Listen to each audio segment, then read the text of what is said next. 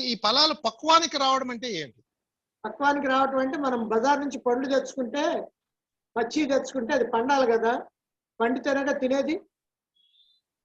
అదే ప్రకారంగా ఇది కూడా పండు, మనం కర్మఫలాలు కూడా పండాలి. పండటం అంటే అనుభవానికి సిద్ధంగా ఉండాలి. దాంట్లో ఉన్నవన్నీ కూడా అనుభవించేవి కాదు, దాంట్లో అవన్నీ పచ్చి. దాంట్లో ఏది పక్వానికి వస్తే, ఏది పండితే, ఏది అనుభవానికి సిద్ధంగా ఉంటే దాన్ని ప్రారంభం అని.